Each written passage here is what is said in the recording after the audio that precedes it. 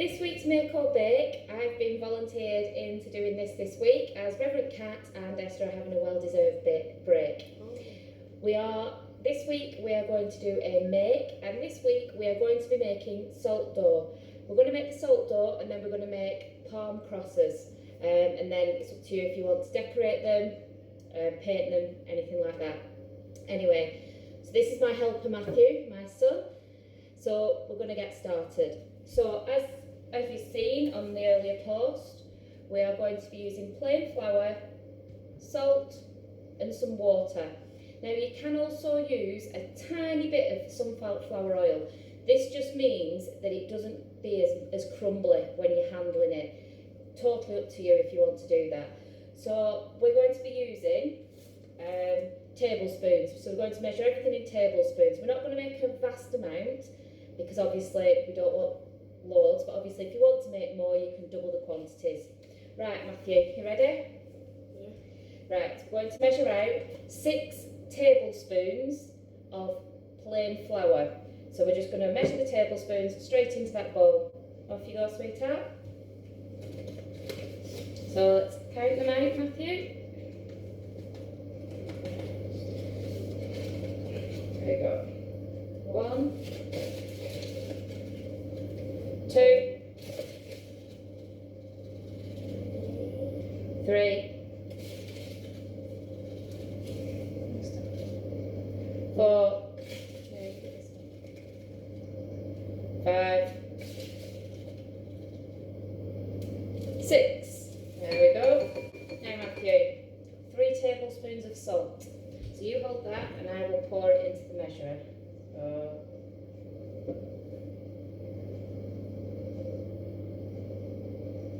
Brilliant. Now we need 3 tablespoons of water.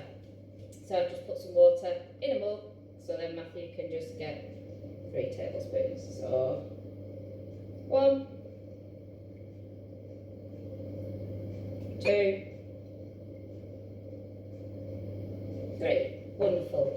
Now, what we need, forgot to get this out, just going to use a knife. Matthew, if you just stir that up for me, please, sweetheart.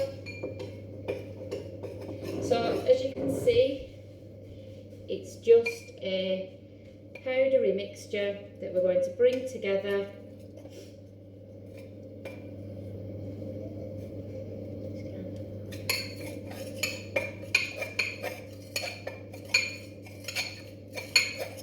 There we go.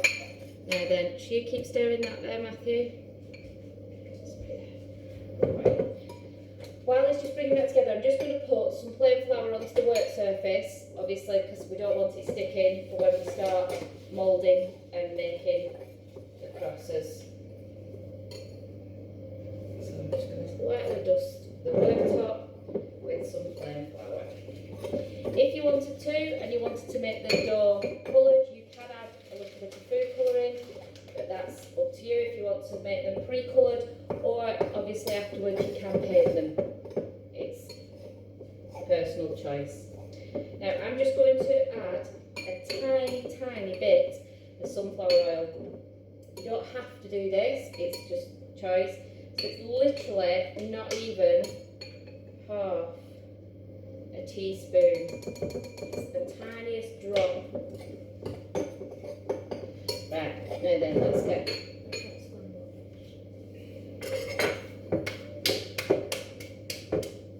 So we're going to gather it together. There we go, Matthew. And what we're going to do is knead it. Get all the loose bits out of the bowl and then just knead it in our hands and then start making shapes. There you go, Matthew. You just keep kneading that on that surface, but stand back. Just keep kneading it, rolling it.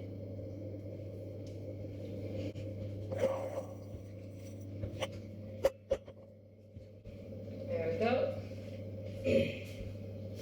Now, if you have any cross shapes in the house that you want to go around. I have a holding cross that I often carry with me in certain situations, so you can use that, or I have a bigger cross which also you can put that and cut round that. Choice is yours.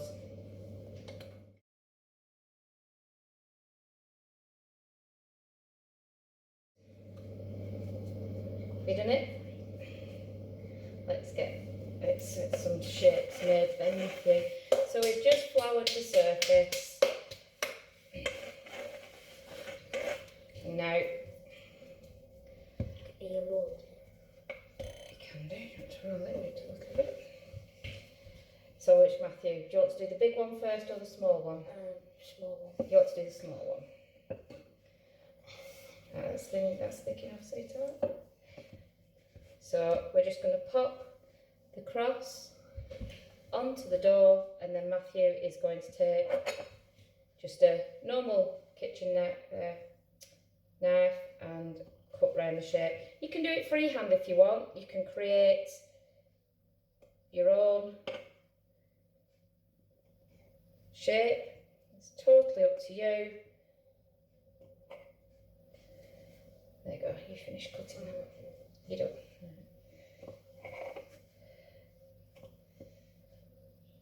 This should make quite a number of crosses.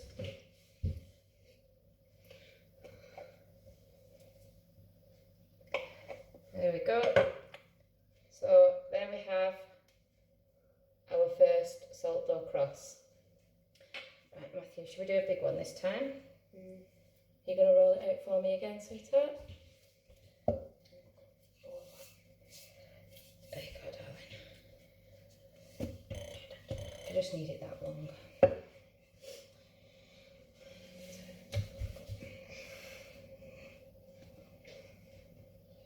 Not long enough? No. Oh. Very precise. Okay. Right.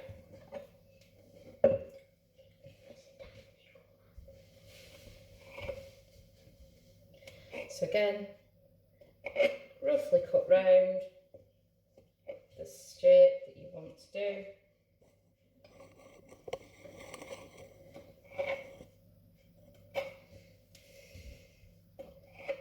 Or you can do it freehand if you wish. My hands aren't that steady to cut that out, so I've decided to actually use a template, but it really doesn't matter. You could draw it on a piece of paper first and then cut round that to make it easier for yourself if you wanted to. So we've made a bigger one this time, as you can see. So what I'm going to do with the bigger one, in case we want to hang it after it's decorated or anything like that, I'm going to poke a little hole through the centre at the top, so then if we wanted to, we can pop a piece of string through it, so then we can hang it up. There we go, and we've got a kebab stick, so we're using the blunt end. And we're just going to put a hole in the top of it. There you go, have you done that, Matthew? Wonderful. There we go, got a hole in the top. Right, while Matthew rolls out some more and pops whatever shape, which cross he decides to make, and we'll make that, I'm just going to quickly pop the oven on at 80, mine's a fan oven, so I'm going to put it on 80 degree and then just pop them on a baking tray with some greaseproof paper and just let them bake for 2 to 3 hours. Just keep checking on them, or you can put them out to air dry.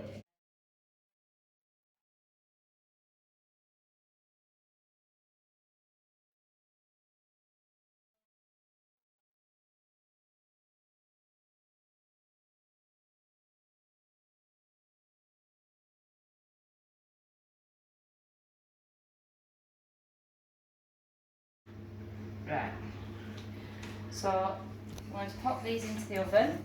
Obviously, using the oven, please, adults only, using the ovens and opening and closing, don't do that at the children. and then we'll leave those for about 3 hours and then come and check on them. And I'm also going to let some air dry to test both ways. See you in a bit.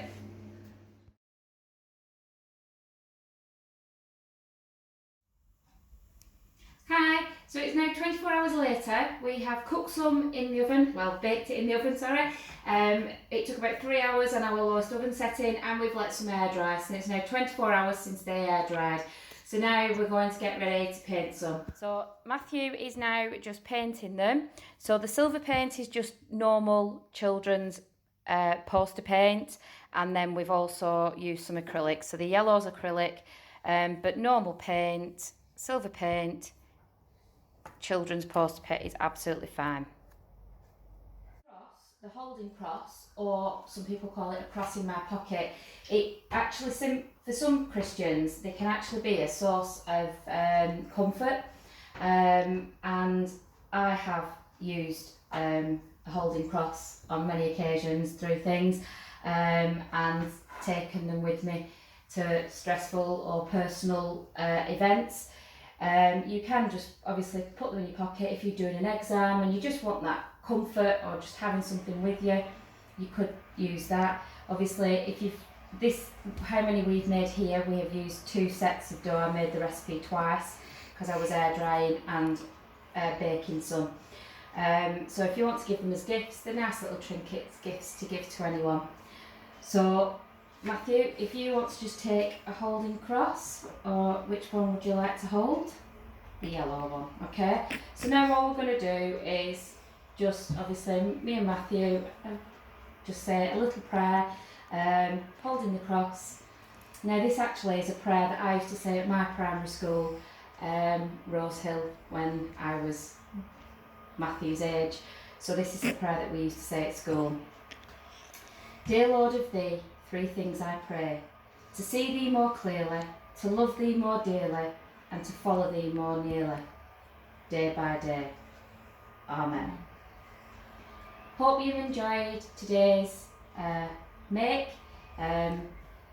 Obviously, I'm sure there'll be another one next week with Kat and Esther as they've returned from their little break. Thank you.